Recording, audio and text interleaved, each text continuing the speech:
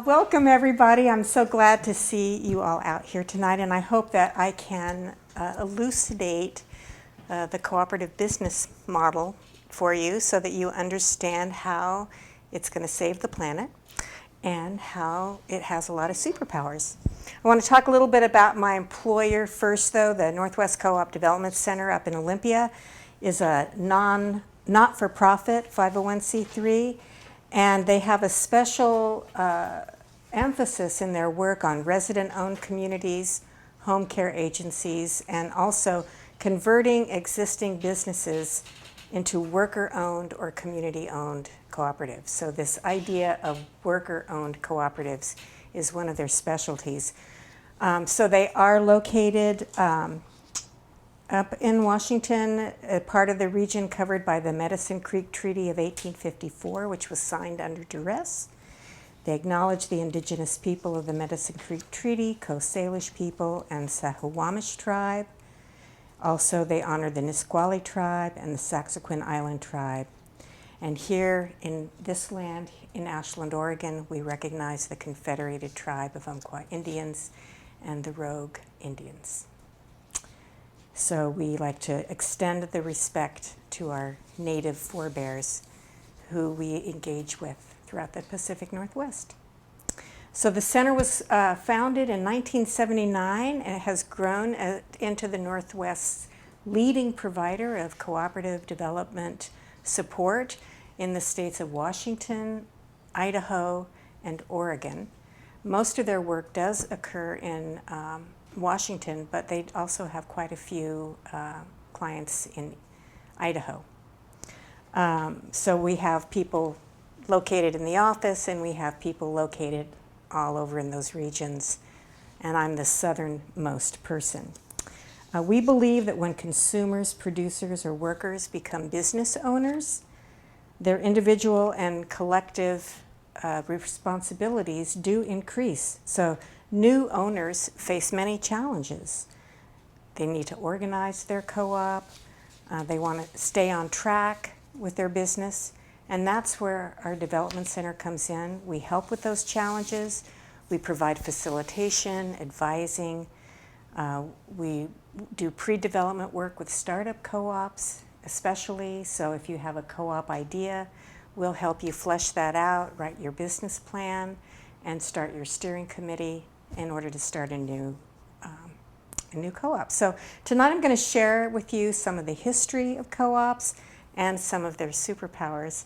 My aim is to bring this information to you in order to grow the cooperative movement here in Southern Oregon.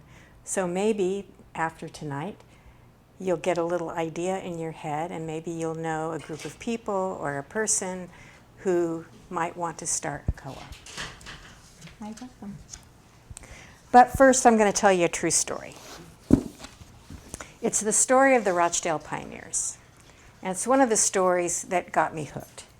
So the earliest record of a cooperative comes from Fenwick, Scotland, where in March 14th, 1761, in a barely furnished cottage, local weavers manhandled a sack of oatmeal into John Walker's whitewashed front room and began selling the contents at a discount. Doing that formed the Fenwick Weavers Society. But in 1844, a group of 28 artisans working in the cotton mills in the town of Rochdale, England, are credited with establishing the first modern cooperative business, the Rochdale Equitable Pioneers Society. These Rochdale pioneers are regarded as the prototype for the modern cooperative society, and founders of the movement. The weavers in the Rochdale cotton mills faced miserable working conditions and low wages. So just imagine back in that time what those working conditions and low wages were like. There was a lot of child labor where they actually chained children to the textile mills. So it was kind of a dim time in the history of workers. Food was high, household good was high, and this group decided that if they pooled their resources and worked together, they could afford basic goods at a lower price. So initially, they started a little buying club. If you're from the 70s, you might remember that buying clubs for your food was kind of the way that you would get your whole brown rice and your oatmeal, because you couldn't get it at the Safeway. Everything in the Safeway was white flour. You couldn't get whole wheat flour. So people joined together, started buying from Mountain People's Warehouse in cases, and it would get delivered in somebody's garage, their driveway, and everybody would come and divvy it up. And that's really how Ashland Food Co-op started. It was a buying club.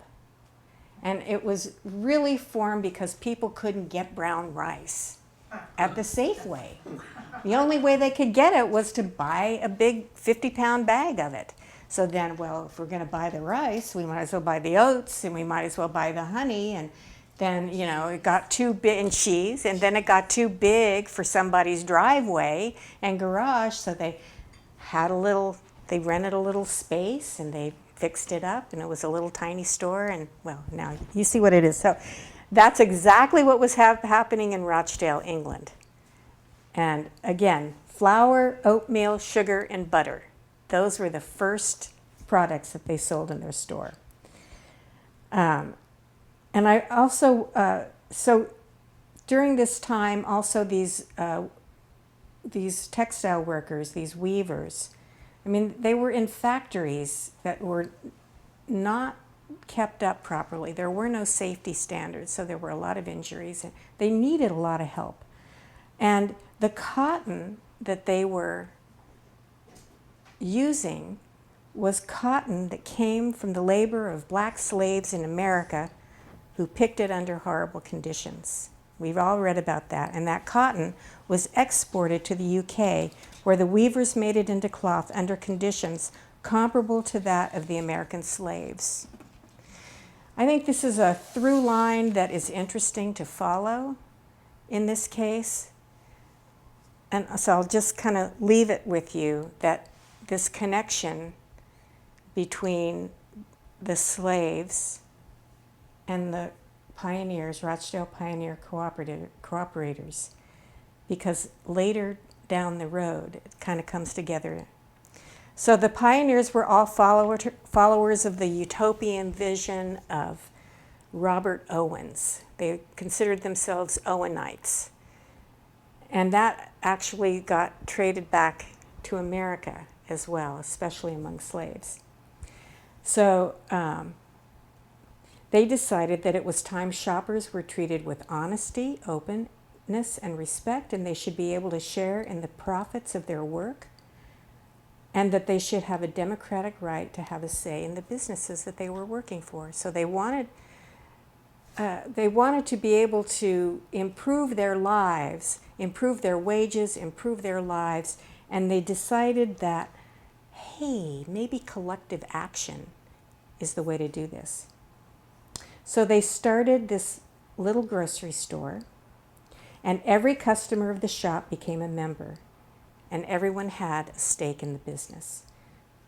So the strength of this novel cooperative is the same model that we're using today, whether it's a food co-op, an agricultural co-op, a credit union. It's all based on the same thing. And it's a testament to the relevance and contribution that this little band of Owenites in Rochdale, England, brought to the world. So, I don't think my papers are in order because, there's a saying that says, where there's a problem, there's a co-op solution. And I have seen that work over and over again as I've been in this line of business for quite a while now. Wherever there's a problem, there's a co-op solution. And that is one of the superpowers of co-ops. In 2012, the UN designated that as the International Year of Cooperatives. They do a designation every single year of a different thing, and 2012 was the International Year of Cooperatives. So all around the world, there were celebrations of co-opiness, and especially in Spain, where Mondragon is a whole region of co-ops, in Italy, where there are wine co-ops, in Brazil, where there are co-ops. It was a global thing. And the theme of that year was Co-ops Build a Better World. And so that's what groups all over the world were trying to show everybody. And they write, co-ops in their various forms promote the fullest possible participation in the economic and social development of all people, including women, youth, older persons, persons with disabilities, and indigenous peoples. And they are becoming a major factor of economic and social development that contributes to the eradication of poverty. So during that year is when I really got it about co-ops and their importance and the contribution that they make to civil society. So what exactly is one? There's lots of definitions, but this one is the official one. It's an autonomous association of people who voluntarily unite to meet their common needs and aspirations by forming a jointly owned and democratically controlled enterprise. And again, any business sector can have a co-op. So co-ops are more common than you think. They may be hidden in ways where they're not shouting out that they're a co-op. But what are some of the local co-ops that you can think of? Road Credit Union. Excellent. The Grange. Yes, yes. You were around for the International Year. You've heard this before. Well, Ashland Food Co-op. Ashland Food Co-op. Yeah. And now we have Medford Food Co-op. Oh, and Medford Co-op. Mm-hmm. Any credit union, not just Rogue, but credit unions are financial co-ops. So any of the other ones that are around, a loyal Rogue credit union. Can I go as far as the coast? Is Ocean Spray a true co-op? Yes, Ocean Spray is a marketing co-op. Mm-hmm. If we lived in Coos, Curry, Douglas, or Lane counties, we would have electric co-ops. I'm working with a candidate for a state office that will represent that region, and we are bringing co-ops into his campaign spiel. Yeah, as an economic development tool. And as far as I can tell, that's the first time that co-ops have been mentioned in a state race, which that makes me a little bit tingly. So can you think of any other co-ops around the nation or the world? Well, farmers. I mean, my parents were they became overnight orchardists. They learned there was money in fruits and nuts, you know. And then my father became a buyer of fruits and nuts, as well as a grower of them. Worked for Rosenberg Brothers. Turns out that's Harry and David up here in Oregon. And so there were co-ops galore among farmers. Right.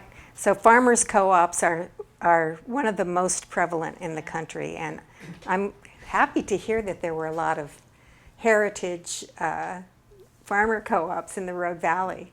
Well, this wasn't in the Rogue Valley. Oh, where was this? This was in Washington? the Capay Valley. Oh, the Capay Valley. Okay. Which is, quite knowledgeable. Yeah. We talk about, great organic food. Yeah. I mean, that's gained a reputation, and that was near where our farm was. Mm-hmm. This is all near Davis and Sacramento. Yeah. Well, Davis has a cooperative development center there. Yes. And so there are a lot of agricultural co-ops in the Capay Valley. Yeah. My father was a dairy, had a dairy farm and then a dairy, and he belonged to New England Milk Producers Association, which I think was a co-op. Yes. When he had excess milk, that company, or whatever it was, would always purchase it.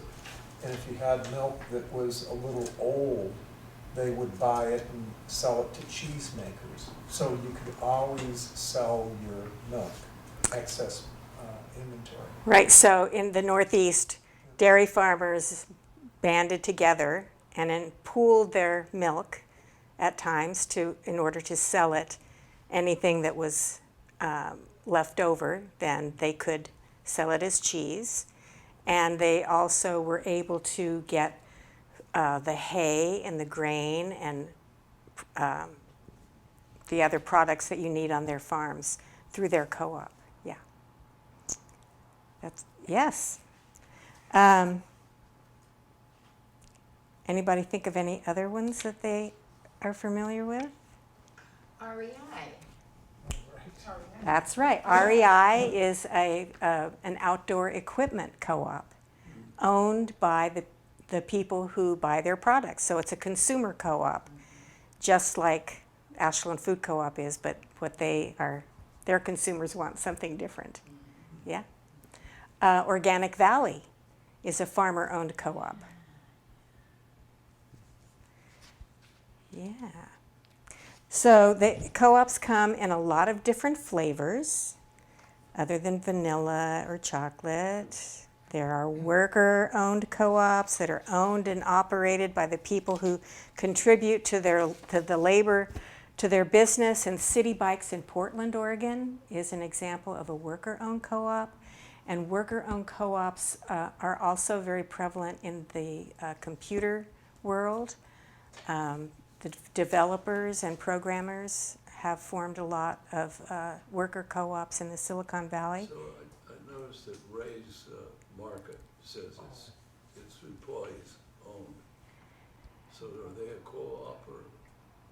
No, they're an ESOP, which is a whole different animal. So a worker co-op is direct ownership of the entire business. An ESOP is where the workers are given stock options in the company. And so it's part of their retirement plan. So when it says it's employee-owned, that's your hint. If it says it's worker-owned, it's a co-op. If they say it's employee-owned, that's generally an ESOP, employee-owned stock option plan. What about buy more? ESOP. Yeah. Isn't that misleading? Most companies. That sign they have, raised? I think they say they're employee-owned. Yeah. Legally Well, it's they are employee-owned through this stock option plan, not the whole. but they're not worker-owned. It's a little bit different. Be like Starbucks, okay? Well, most companies have stock options. Right. Yeah. So I don't think Starbucks employees have an ESOP because they just unionized. So I think that is how they are expressing their power as employees. For Less, which I think changed their name, they're probably an ESOP. Yeah. They're not a worker-owned co-op. As far as I know, there are no true worker-owned co-ops in the Rogue Valley. There are lots in Silicon Valley. They are getting big in the Portland area as well. So we know about consumer co-ops because, well, we just talked about those. Producer co-ops. So those are owned by producers who process and market their products collectively. So Siskiyou Sustainable Co-op is what you would call a producer co-op. So one of the things that they do is they pool all of their bounty, and then they market it as Siskiyou Sustainable Co-op. Housing co-ops owned by the people who live in them. So here in Southern Oregon, One of the biggest proponents of that sector are the resident-owned communities, and a lot of those are mobile home parks. And there's an organization in Jackson County called CASA, and that organization is the organization that helps those housing co-ops, those resident-owned housing. It's a great way to make home ownership affordable and accessible to people of low income who are living in trailer parks. It allows them to buy the land under their home and own it collectively. And this is happening all over the Northwest right now. Rock Northwest is kind of the apex organization for resident-owned communities, and the Development Center has on staff many people who are working in that arena, and they are seeing just a huge jump in the number of mobile home housing that is being converted to these resident-owned communities. And they operate very much like a co-op. They have a board of directors that they elect. They make decisions collectively for the good of everyone in the mobile home park. They pool their funds in order to do repairs. A lot of these mobile home parks need a lot of sewer work, they need a lot of work. And a lot of these communities are made up of migrant workers who work in the agriculture sector out in eastern Washington and parts Are there therein. any of those in the Rogue Valley or this? Yes, that's what CASA does. So some of the resident-owned communities that you'll see in Talent in Phoenix that got burned down are converting to. Okay. Because being there. otherwise it's a really bad deal to pay $500-600 a month just to have your. Yes. Yeah. But under the ROC model, resident-owned communities, you own the ground collectively, and then your house. So, yeah, it's an interesting way to empower low-income people who have never really had that experience of home ownership. And one of the things that co-ops do is that empowerment piece, lifting people up. So Ace Hardware is a co-op. Oh, really? It's a purchasing co-op. So Ace Hardwares, including our little Ace Hardware, all over the country have banded together, and what they do is they drive down the price of product because they can buy collectively. They can purchase collectively. And then they have Ace as the overarching brand. So that's how you get a good deal at Ace Hardware. So any Ace Hardware in the country is a member of that purchasing co-op. True Value hardware stores, same thing, purchasing co-ops. I'm trying to think of another good purchasing co-op.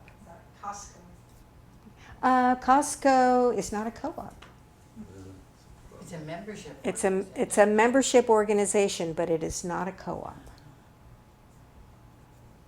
Yeah, it would be great if it would be. Buy Mart?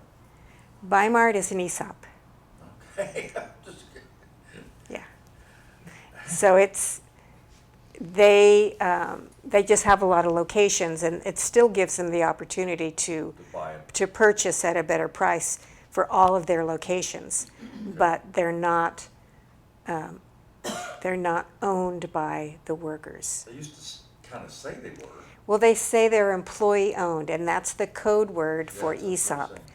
saying. And worker co-op is the code word for a real employee-owned co-op. All right. So it's a subtle difference, but there is a difference. Yeah.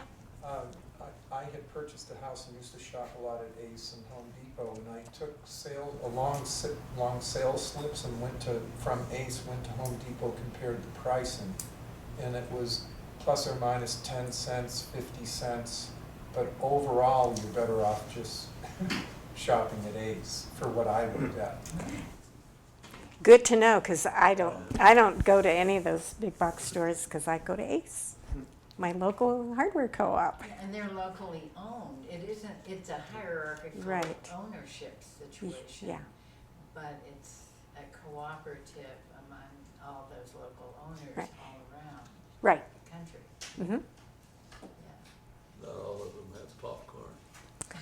No, we're lucky our Ace Hardware has popcorn, and I think that they should go to their purchasing co-op annual meeting and demand that all Ace Hardwares have popcorn in their stores. They cut out the coffee. There's also multi-stakeholder co-ops, which, that even gets a little more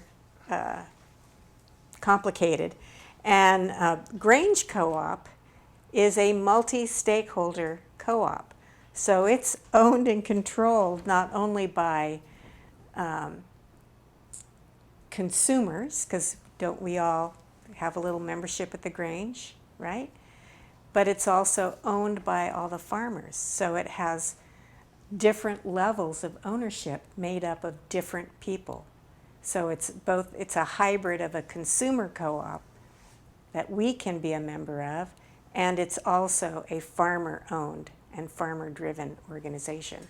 And what they've done is they pool their resources so that they can buy all of their equipment and all of their feed and by opening up it also to consumers, we get to have a little piece of that.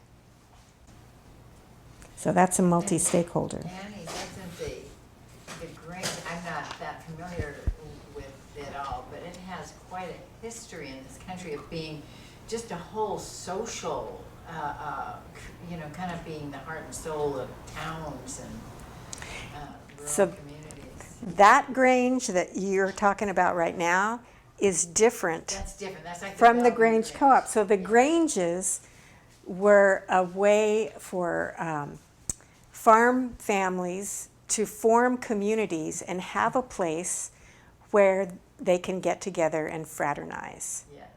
And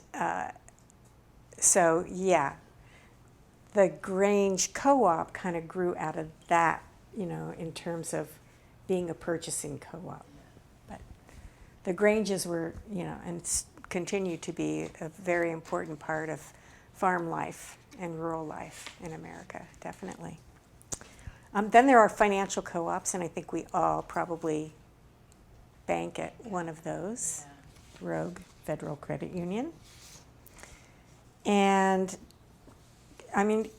there are people who think that co-ops are kind of a fringe form of business, maybe only, hippies, because they, aren't mostly when you say, oh, I work at a co-op, oh, you work at a food co-op, and they have an image in their mind of what that might be, started by hippies, like Ashland Food Co-op and People's Co-op in Portland and Sacramento Co-op in Sacramento, California. But now you've seen that there's a whole wide world of different economic sectors that co-ops operate in. And co-ops in general, collectively in this country, employ not just in this country, all over the world, employ over 250 million people. That's a lot of people. And more than 1 billion people are members of co-ops around the world. How many billion people are on the planet? Close to 8. Yeah. So 1/8 of the populace of planet Earth are co-op members. That's helpful. I think so. Yes. We're going to take over because we have superpowers, right? The majority of U.S. farmers are co-op members. They're members of agricultural cooperatives that supply them feed, farming inputs, and equipment. U.S. citizens alone support more than 30,000 co-ops in every economic sector of our economy. 30,000 co-ops owned by the people who use their services. So why choose a co-op? Because, co-ops put people before profit. They're community-owned. They're rooted in the communities where they are. They're accountable to the membership. We have a board of directors. Members can come to board meetings and speak your piece, and board members listen. We're successful. Look at Ashland Food Co-op. Started out in the garage. Now look at it. They strengthen local economies. We wouldn't have the kind of organic farming that we have in the Rogue Valley now if it wasn't for the food co-op, because where would they sell? So this symbiotic relationship between community and the co-op is a hallmark of the business model. And co-ops are resilient because we build sturdier community-based businesses. So when you talk about economic development, what you really want are more co-ops, in my opinion. So one of the things that sets our businesses apart from conventional ones are that they have a shared set of business principles that globally we agree to and globally we follow. So you can be a wine co-op in Italy, or you can be a factory in member of the Mondragon Co-op in Spain, and we all espouse these 7 principles. Voluntary and open membership. Anyone can shop, anyone can be an employee, anyone can join. Democratic member control. We all have boards of directors that are accountable to the owners, that are accessible. You can go to board meetings, you can have your say, whether it's Rogue Credit Union, you can go to their annual meeting and see what goes on there. You can come to any board meeting at Ashland Food Co-op. You can go to board meetings at the Grange. So we're open to our members knowing what's going on and how we run things. Member economic participation. You shop at the co-op. Doesn't matter whether it's food or the Grange. You're part of the cooperative economy in this country when you shop co-op. Autonomy and independence. We're not owned by any outside influencer. We're owned and controlled by the people who use our services, and that makes us independent and autonomous. We put a big emphasis on education, training, and information. I'm expressing that principle here tonight. The co-op is revitalizing its Monday night lecture series, which was a hallmark, of our education program. And yay, COVID, they feel safe enough to open it up again. And thanks to the Metaphysical Library for being a part of that education and training. Cooperation among cooperatives. So for Ashland Food Co-op, that looks like the National Co-op Grocers Association. So when you buy any field day product, and you can go in any co-op in the United States, and you're going to find field day products. That's because we are a member of an apex co-op called the National Grocers Association, National Co-op Grocers Association. And all the food co-ops in the country have pooled their resources together to fund this co-op and form this apex co-op. And as a result, that co-op buys all this product, and the what do they call it? The private label or whatever is field day. And then every food co-op in the country has access to buy those products. You can't buy field day anyplace else. If you can, they're not supposed to. But that's one of our superpowers, is that cooperation among cooperatives. And then concern for community, Principle 7. So you might see things like P6 activities, I think Equal Exchange, which is a co-op. They might even still have a coffee that's P6 coffee. So they express cooperation among cooperatives with all of the food co-ops and all of their coffee co-ops that provide the coffee to that company. And then P7 is concern for community, and every food co-op and every co-op in the country has a mission to donate to nonprofit organizations that enhance their community. And for Ashland Food Co-op, those were community grants, and still are. Back in the old days, when we had the community grants banquet, and we celebrated all the nonprofits that received a $1,000 co-op grant, community grant. COVID kind of killed that, but what a way to build community. And that was 100% P7 activities.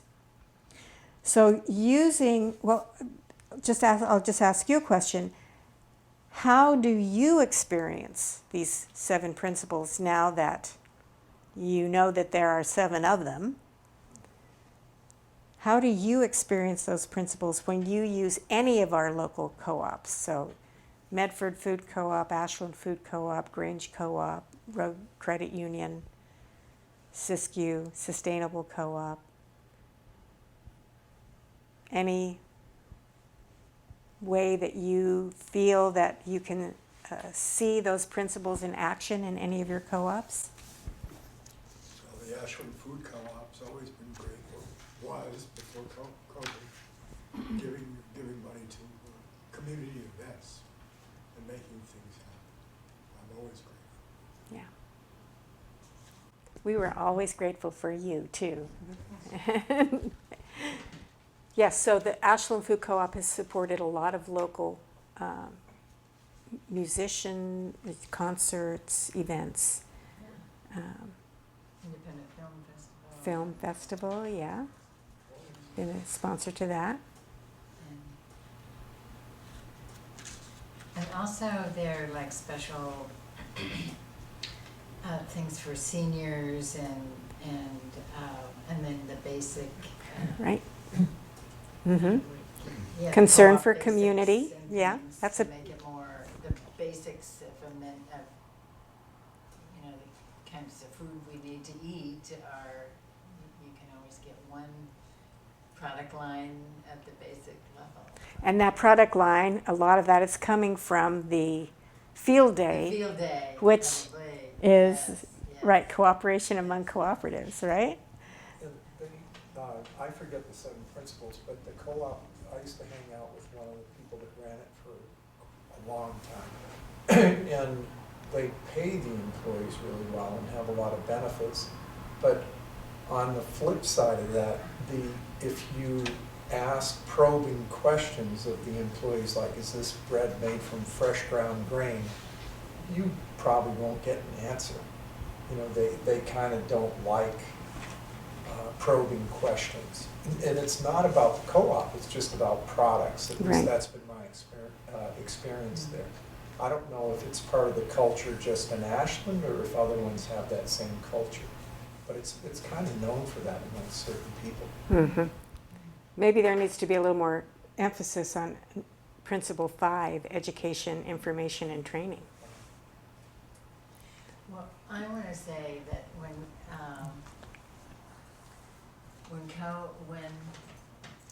COVID started happening and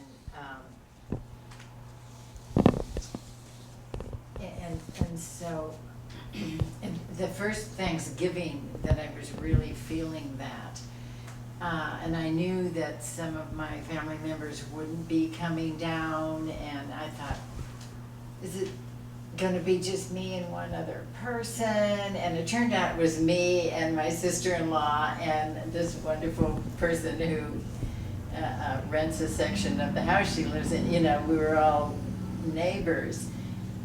Because I thought, is this really going to be a bummer of a Thanksgiving?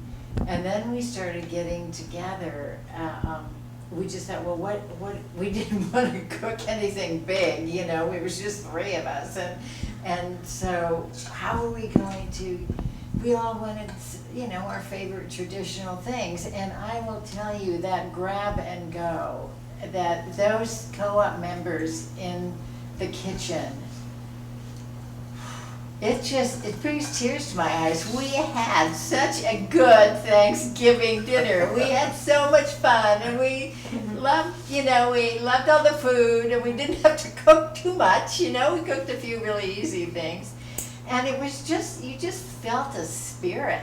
There was just a spirit, and I don't know how hard they worked there. They were just cranking out the grab and go, of the best stuffing we had eaten, P7 in action. It was just a spirit of the food co-op that it just really, really made it. And I told all my friends about it too. It's amazing what you can do with collective action.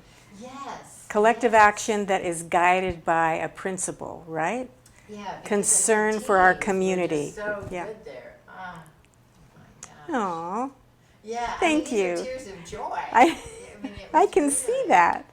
It was really wonderful. Well, it's a community need Yes.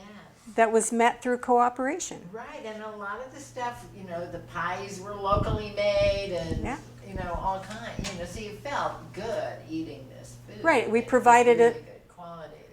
A necessary service was provided Right. in a time when everybody was high stress, Yeah. Yeah. and we pooled our resources with others in order to be able to have Thanksgiving dinners where maybe not our family could travel, but we pulled ourselves together in new groups in order to do that, and the co-op was a part of that. Maybe someone that you met at the co-op. I know I've heard this story from different groups From different people. before. I mean, Yeah. It is this spirit of cooperation and, okay, these are our people, these are our family, we need to get them fed. Right. And That they is- need it simple, And that's something that the co-op fosters, right? That member loyalty Yeah. that leads to, the co-op flourishing. When the co-op flourishes, the members flourish. When the co-op has longevity, then a store stays in a community for longer and is able to provide all those necessities for the members. Lots of times in communities, it's the conventional stores that leave long before the co-ops, and that just makes the co-op stronger. Because, when you're not profit-driven, when you're people-driven, not profit-driven, then when the profits start to go down, the conventional stores will leave.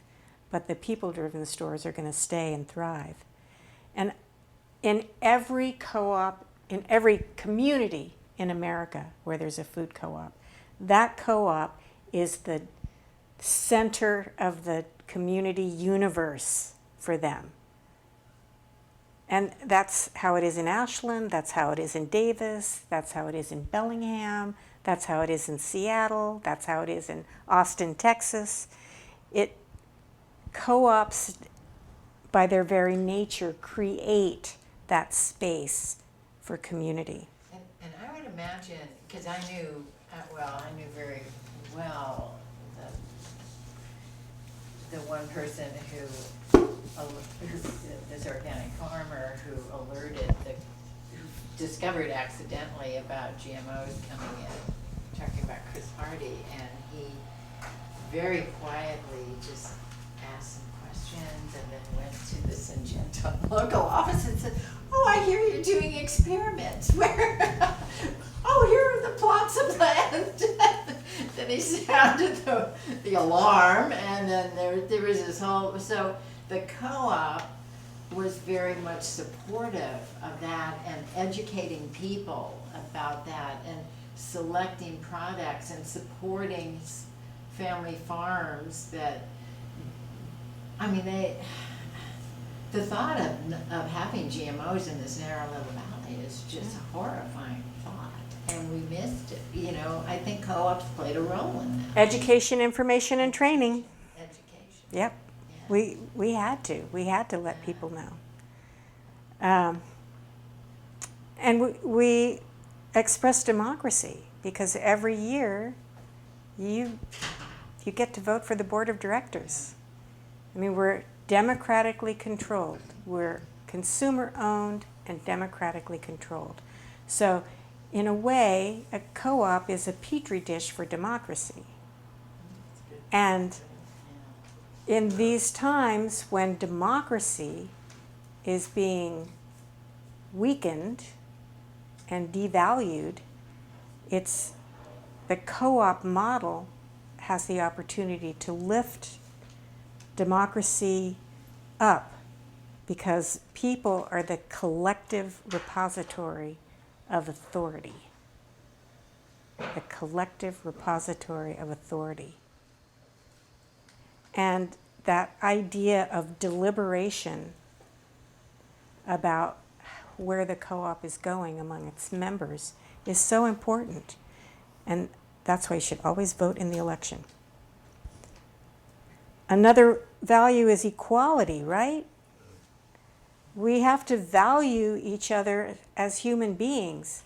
And in co-ops, equality is expressed, whether it's the community or the cooperative, it's centered in the idea that everyone in the community is of equal value. And that's what keeps a just society going. So the co-op is part of this whole fabric that keeps communities healthy. Every member owns the co-op. They participate, whether it's in an election or shopping or signing or saying something for the suggestion box. You're participating with a collective that ensures fairness for everyone. And that's something that we need right now. Have I sold you on co-ops yet? Well, how about solidarity? We hear that word a lot now. Community is an important product of solidarity. Solidarity is an essential part of a successful cooperative. And food co-ops in general, and co-ops regardless of sector, are very interested in this idea of solidarity and how to express it. Last February, I attended the National Farmers Union Convention. Now, I had a certain idea in my head about what the National Farmers Union Convention was going to be like. I was wrong. I was so wrong. They are, well, the first morning before breakfast was served, everyone stood up and sang Solidarity Forever. Is that what? Solidarity Forever. Forever. Solidarity forever. Solidarity forever. Solidarity forever, for the union makes us strong. And they are all about co-ops. Their union is about co-ops. And it was one of the more, I don't even have the words to put it, enlightening, amazing experiences that I've had to meet all those farmers union people. And they are cooperators. So, solidarity. Honesty, that's one of the hallmarks of food co-ops, right? We're not going to tell you that our foods are all perfect. No, we're going to say this might have GMOs in it. This is a conventional product. This is an organic product. Here's the difference between them. And since we're based on democracy, we're going to give you as much information as possible. That's why it's important to get the newsletter and read it. And then also during election season, to read the information about the candidates so that you can make an informed choice when you exercise your vote. Because the board is, as the apex part of the co-op, it's important to have people on that board that are ready to work and willing to work and believe in the co-op way. It's part of the democracy part as well. Social responsibility. We accept responsibility for and ameliorate the negative consequence for society stemming from our operations while accepting the responsibility to work toward the betterment of society. That's lofty. But hey, cooperatives want to do that. Self-responsibility. Members as a collective are responsible for their own well-being and take responsibility for any consequences that flow from that pursuit. So if you don't take your vitamins that you buy at the co-op, it's not our fault that you don't feel good. You're responsible for your own well-being when you buy those. And democracy, people are the collective repository of authority. Elections are fair. They have a free and open discussion. You get to see the candidates' statements. You get to see a little video of the candidates so that you can make an informed decision. And hopefully this next year there will be a contested election, which is always better than a non-contested one. But we try to give you reasonable access to everything before you vote. Equality, the well-being of the human collective, whether it's a society, community, or a cooperative, is centered around equal value and a just society. That's what your co-op stands for. And equity, every member owns the co-op and participates with the collective in decision-making that ensures fairness in its governance. So again, we're going to tell you what we're doing, and if you need to have input on it, fill out a suggestion form or vote in the election. Community needs are met through cooperation. We provide a needed service that is financially viable, that keeps our community running. It literally keeps our community fed.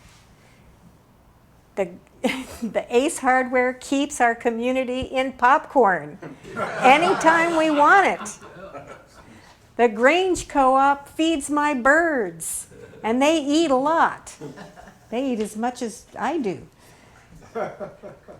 The co-op develops local skills and assets and pools limited resources to strengthen our local economy. So we buy from local farmers, from local companies.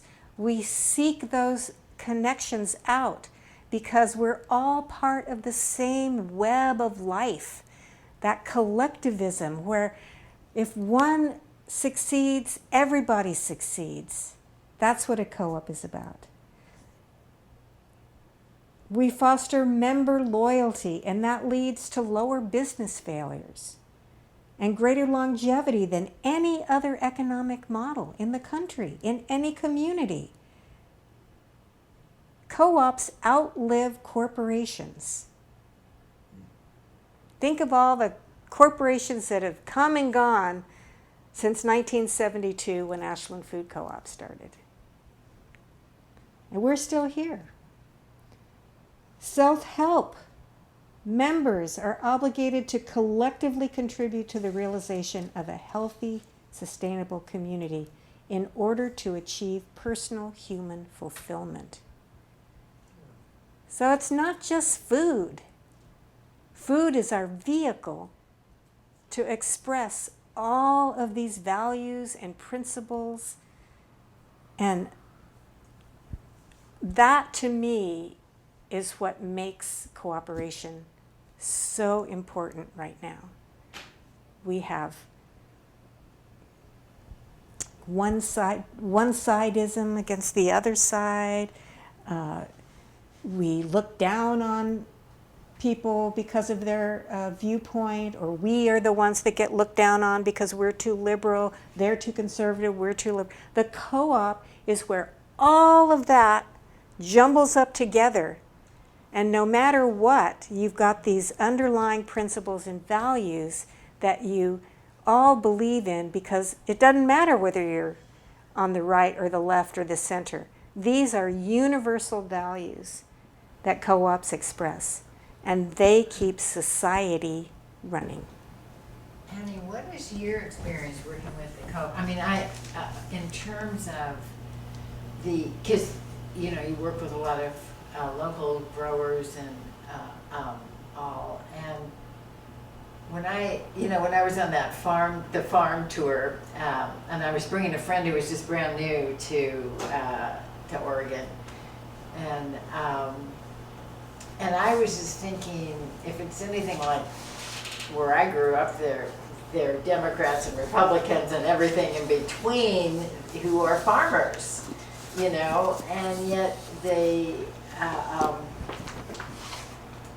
well, the GMO thing was one thing, it would never have passed if it weren't for, there were strong progressives, there were strong conservatives, there were libertarians and Democrats and Republicans and Christian, you know, conservatives, and all pulling together.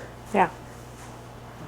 Because there were these common shared desire for, even though they couldn't run it on the health question, that was a big Yeah. part of it. And the love of family farms, Right. love of small farms. So what is your experience, just, are people across the political spectrum that the co-op supports through, you know, doing business with the co-op, providing food? Yeah. That's what I thought. There are staunch Republicans. There are Trump supporters that shop at the co-op. Yes. There are Trump supporters.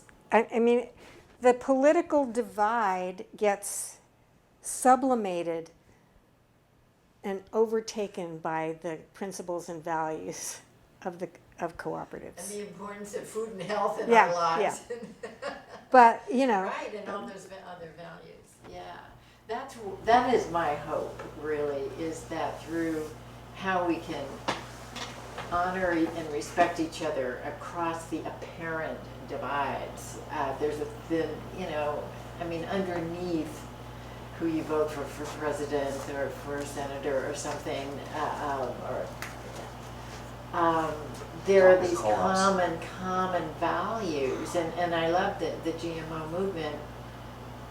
The GMO ban movement was, it was just so heartening to see how people who would.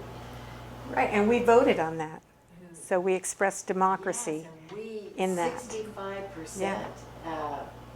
you know, was a The talk is co-ops. What? The talk is co-ops. Yeah, yeah. Well, I mean, this is what could save us as a nation when it More co-ops, please, more right? co-ops. were- So yeah. again, there's co-ops in every economic system or sector, and they're hidden in many ways. And so knowing what to look for, and knowing that there are companies out there that share your values and uplift these principles and believe in equity and equality, they're out there. And anytime you can support a cooperative, that's what you're supporting.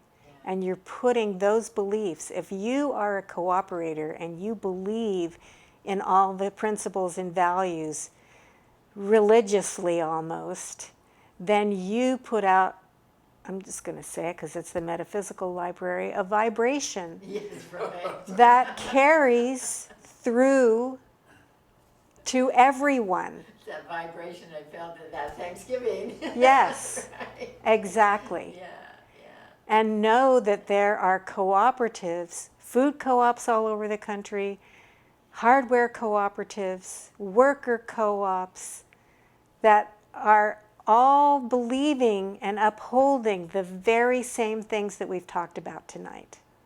Each one has kind of a character, like the co-op, food co-op. You go there for quality of the food. Mm-hmm. You're pretty comfortable that you're going to get good food, not for price. Right. It's generally more expensive to go there, but you're going to get something good. I And go the to Ace prices I go to Ace Hardware because of service. Yeah. Oh, Great. yeah. Yeah. I mean, as soon as you walk in, you know, somebody's there to help you, even They if you know don't what want to any do. help. But there's something to remember, we also get dividends from the co-op, from the money that we spend there every year. For all these years, I've been here 2 decades, and every year there's some kind of dividend that you get, when you use the co-op again, along with coupons to save you money. So even though things are more expensive sometimes, the money comes back and you're leaving money in the community. Well, I'm not arguing. No argument. I got a patronage refund. Why I go, Yeah, why exactly. I go is for, Yeah. I know I'm gonna get good stuff. Yeah, I got a patronage refund from the credit union. You got a what? I got a patronage dividend from the Oh, credit yeah, union. yeah, that's right, It was 25 cents, but but that doesn't matter. Plus the 55 to mail it. Exactly. The fees are much lower. Yeah, but they made money, So you. right? And they shared it back with their owners. And you're not going to get that from Food for Less or U.S. Bank. Right. Any more questions about co-ops that I can answer that I didn't answer in this whole presentation?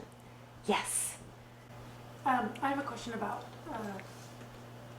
like, you have, it's mainly, my thinking is about the food co-op. Uh-huh. When larger corporate grocery stores come in and try to drive a co-op out, is that co-op, and I've seen this happen several times, is that co-op on its own, or is there an umbrella agency of co-ops that will come in and support it and help it, or is that just sort of? Yes, so there are, That's my quick question. yes. So are there organizations that help co-ops, that are co-ops, when they're in trouble? And I'm going to say a National Co-op Grocers Association is that way in the food sector. So when there is a struggling food co-op, then they have consultants that will go in and they will reset the store, they will analyze their books, they will look at their pricing, they'll talk to the managers, they'll talk to the HR department, and do everything they can to bring that co-op back in to be more vital and profitable so that there can be a patronage dividend. So little startup co-ops might fall in disrepair, and other food co-ops will come to their aid and give them their leftover shelves, or there's are ways when someone is struggling that collectively the whole system kind of circles the wagons and helps them out. And that's been the way in food co-ops since forever. I don't know about, I'm sure that if Ace Hardware here was struggling, that the Ace Hardware co-op world would come in and say, hey, maybe we need to reset your shelves. You need a reset, dude. You've got those hammers down there, they should be over here. And that's, and then you can track that kind of stuff with your sales. So yeah. I love what you've been doing, but I have to go. Okay, Colleen. Thank you for coming. Thank you. Thank you all for coming. I guess you've kind of figured out that I'm... Passionate. Is there a word that's more than passionate? Yeah, I don't know. Enamored. I have a question. Well, this is just a question too for myself, because how engaged am I as a co-op member? I was talking to a friend from the Nevada City Grass Valley area who, she had just turned 90, so she's seen a lot of she's being so cooperative. And I was talking about co-ops, and she said, oh, even co-ops I think are really going to help us through all the crumbling institutions we're facing. And she said, well, they aren't, her experience, evidently they had a scandal or the person who was in charge, the head person, wasn't doing things. It wasn't. There was an uprising against that. Anyway, she said it's not the end all and be all. It can really turn sour. And I guess that is true if the members are not active enough. Would that be part of it? Owner engagement, yes, is very important in a co-op. Yeah. And it's a two-way street, right? The co-op needs to do things that engage the owners, and the owners need to get the hint and participate. Participate and really, if they see things developing along a line that goes against the grain for the members, they need to start calling it out. Well, that's why members need to have education about what a co-op is, and in order to be able to spot that, name it, and, you know, make a suggestion. Because it's who do you have to complicated. blame if you're a Right. if you collectively own this and then you're really pissed off at the head leadership. Anyway, I don't know what went down. I didn't want to get into a big argument with And the it. Northern California food co-ops have had some ups and downs in the recent past, but because of that apex co-op of co-ops, Yeah. there's a lot of expertise that has settled the whole system down into a very nice groove, so that across the country there's a greater understanding of all those principles and values and how they're expressed and how they relate to their ownership. You know, to make sure that they are living up to those in everything they do and say in their stores. Co-ops could, we just need the government to be a co-op, right? Yes, Right. nice. Be a democracy. You would could be a nice. democracy again. Jed? So what's the Ashland Food Co-op going to do for their 50th anniversary next? I have no idea. Because I don't work, yeah. I just, and I'm not on the board anymore. And I'm just an ordinary consumer, not involved in which is amazing. that. No, yeah. Are there any cooperatives in healthcare? Yes, there are health co-ops, Hell. healthcare co-ops, where the practitioners own the practice collectively. I think there's one in Medford. I think there is, yeah. I don't know the name of it. Is it that women's one? I don't know, but yes, anything can be a co-op. Healthcare, you could even have a drugstore. Imagine a pharmacy owned and controlled by the people who need the prescriptions. Yeah. Makes so much sense. So when they all retire from Ashland Drug, let's make it a consumer-owned drugstore, right? A chain of pharmacist-owned co-ops. Yeah, evidently there's some, there was a couple of local newspaper articles about how the independent pharmacies are really being squeezed by these giant corporate, and then all these middle people that somehow get in there, and at Ashland Drug, they say, we'd love to be able to do that, but our hands are tied. Well, they are part of a co-op, Ashland Drug. Oh, are they? Yes, so that Good Neighbor Pharmacy, Oh, Good Neighbor Pharmacy. that's a co-op. Oh, that's good, yeah. And they said they're squeezed by all these middle people Yeah. who, an insurance company, they always said Yeah. our insurance company would not let that happen, and we'd like to do it, but we can't, Yeah, and, things like that. So, yeah, we need more cooperative juice among, Mutual insurance companies are co-ops. oh, That word mutual, mutuality, is one of the code words for cooperative. yeah. It's interesting that you're placing the first co-op not that far back in history. Was there a guidebook that people used for that model, or No. it made so much sense? It came out of the Robert Owen's philosophies of how people work together and labor, how labor should be, and mutual aid, mostly the mutual aid part. And that mutual aid part was Robert Owens actually got that from the mutual aid societies that the black slaves started in the South, because everything was segregated. They formed mutual aid societies so that they could get health care and groceries and all that.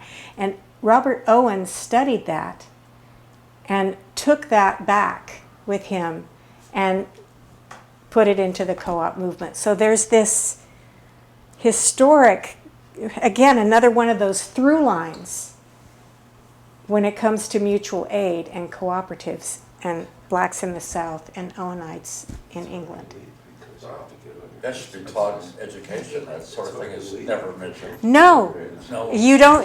When you take an economics in college, You never would. you never hear about co-ops.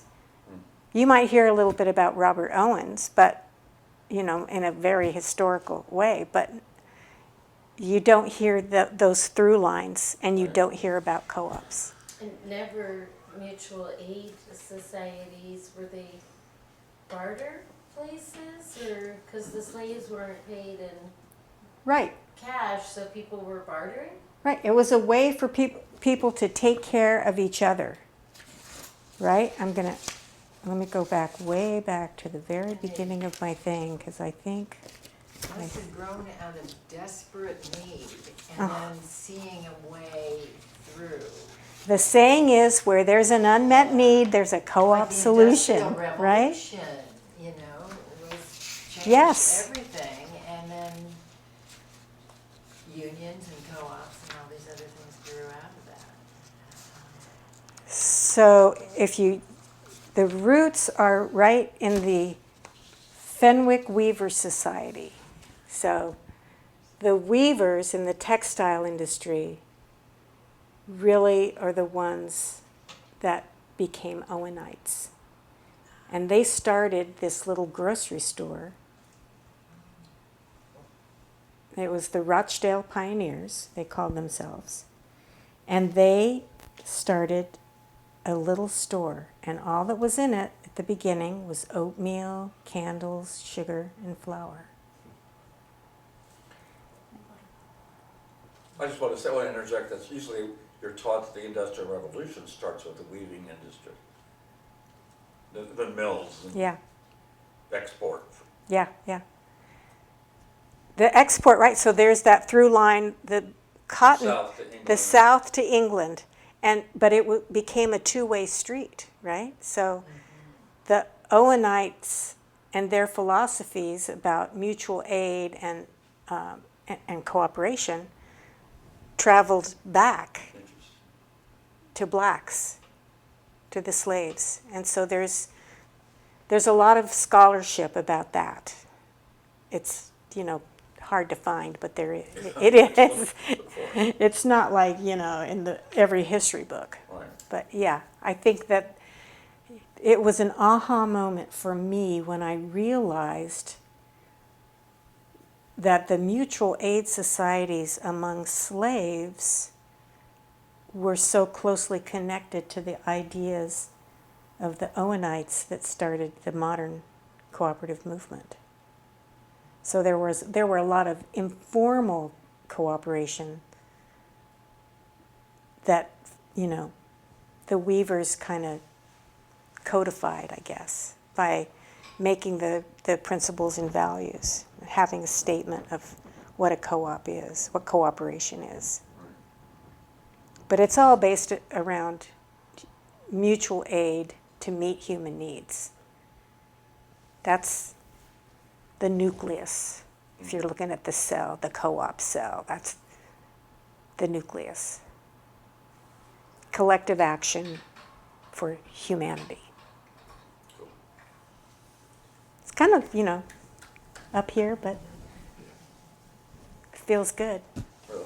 Feels good to know there's people in our history that gave us this gift that we get to express in modern society as an antidote to the ickiness of corporations and anti-democratic things.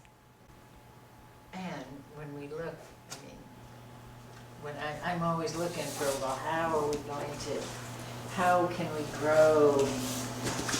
I mean, we already are, the seeds are grown into good, strong plants as like the companies that are simply for profit and just totally about the bottom line and nothing else matters, as those collapse. Yeah, co-ops will be here for that. Co-ops will be here, right, and people are seeing through, well, big pharma and big ag, for sure.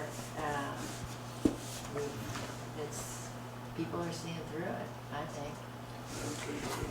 You know? Co-ops everywhere. Let's go for it, right? Hey, we got a long way to Thank go. you. Thank you for coming out on